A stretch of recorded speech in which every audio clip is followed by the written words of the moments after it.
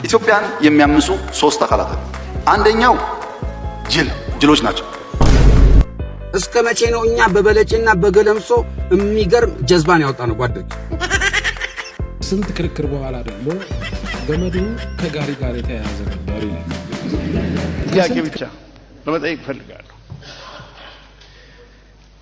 ጠቅላይ ሚኒስትሩ መንግስቱ ደጋግሞ ኢትዮጵያ በ110 በ111 አድጋለች ይላል። እኔ እሳቸውም የኢትዮጵያ ኢኮኖሚስቶች ሁሉ ያውቃሉ። በ111 ማደግ ማለት ተአምር ነው። ይህን ተአምር የሰራችው ቻይና እንደውም አሁን እየሰራች አይደለም፣ ታይዋን፣ ደቡብ ኮሪያ ናቸው። እንዴት ኢትዮጵያ በ111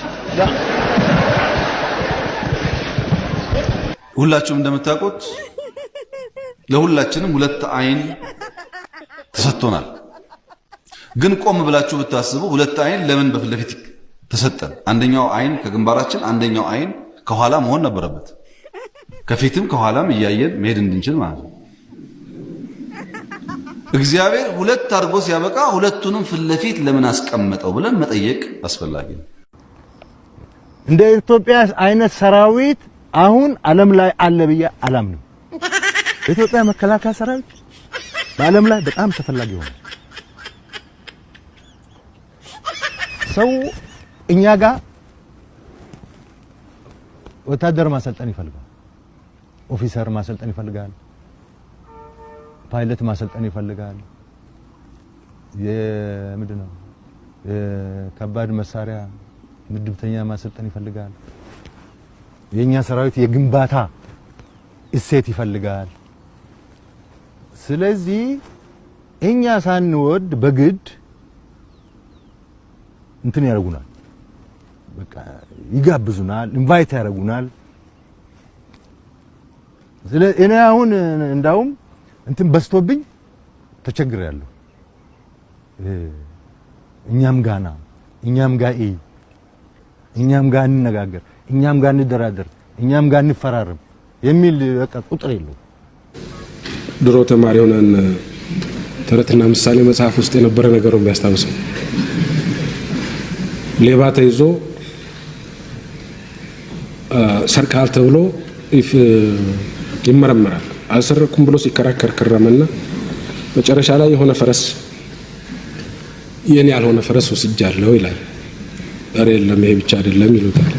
ከስንት ክርክር በኋላ ደግሞ ያው ፈረሱ አንገት ላይ የሆነ ገመድ መሳይ ነገር ነበር ይላል። ከስንት ክርክር በኋላ ደግሞ ገመዱ ከጋሪ ጋር የተያያዘ ነበር ይላል። ከስንት ክርክር በኋላ ደግሞ ጋሪው ላይ ወርቅ ተጭኖ ነበር ይላል። እና አሁን እነዚህ ሰዎች በኢሜይል እና በስልክ ከአሸባሪዎች ጋር ተገናኘን የሚሉት ፈረስ ብቻ ነው የነካሁት ብሎ ከዛ ወደ ገመድ፣ ከዛ ወደ ጋሪ፣ ከዛ ወደ ወርቅ እንደሄደው በኢሜይል እና በስልክ ምንድን ነበር የሚያወሩት? ስለ ዝናቡ ሁኔታ ነው የሚያወሩት? ስለ ጤንነታቸው ሁኔታ ነው የሚያወሩት? ወይስ እንዴት አድርገን ብጥብጥን እንፍጠር፣ እንዴት አድርገን የሽብር ተግባር እንስራ ነው? ኢትዮጵያ ውስጥ አሁን 73 ሚሊዮን ሰው ስልክ አለው። 73 ሚሊዮን። ከዚህ ውስጥ ከ35 እስከ 40 ሚሊዮን የሚጠጋ ሰው ስማርትፎን አለው። ከ35 እስከ 40 ሚሊዮን ምን ማለት ነው? ከ35 እስከ 40 ሚሊዮን ካሜራ፣ በጣም ምርጥ ካሜራ አለ። አዲስ አበባ ከተማ ስንት ካሜራ አለው? 2000 3000 ስንት አላችሁ? 2063 እሺ 5000 ላብዛው።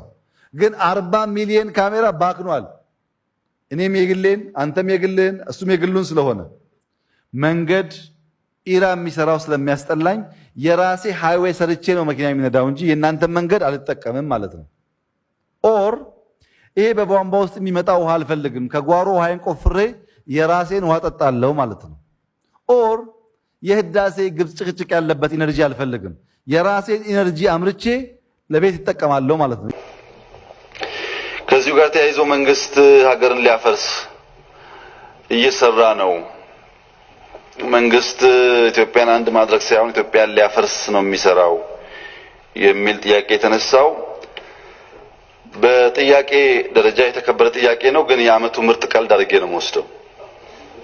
የዓመቱ ምርጥ ቀልድ ከሚል ያለፈ ግምት አልሰጠውም። ምክንያቱም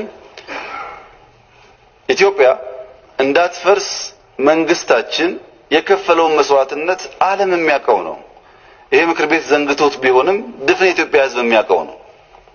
ኢትዮጵያ እንዳትፈርስ ያን ሁሉ የአንድ ቡድን የአንድ ኃይል ሳይሆን የዓለምን ውጊያ በኢትዮጵያን ክብር ኮምፕሮማይዝ አላደርግም ብሎ የቆመን መንግስት ሊያፈርስ ነው የሚሰራው ብሎ መጠየቅ ጥሩ ቀልድ ከመሆን ያለፈ ትርጉም አይሰጠው። ልትገነቡ ልታንጹ ሞክራችሁ ያልቻላችሁት ነገር አለ እና አግዛችሁ አስተካክሉ አርቁ፣ ችግር የለውም። አስባችሁ ነው የምታፈርሱት ከሆነ ማን አቆመን ታዲያ?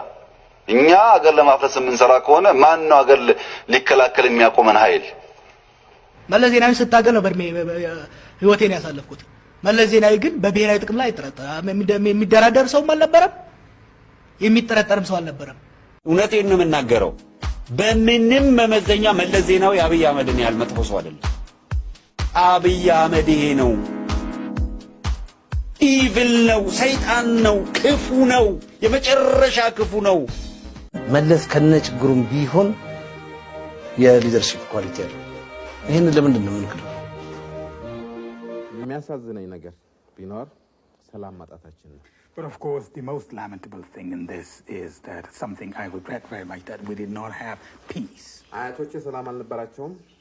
My grandparents did not know peace. አባቴ ሰላምን አያውቅም። My father did not know peace in this country. እኔ ሰላምን አላውቅም። And I don't know peace. ምናልባት ልጄም And who knows, my child or my children also will never experience peace in our, and I'm very sorry about that.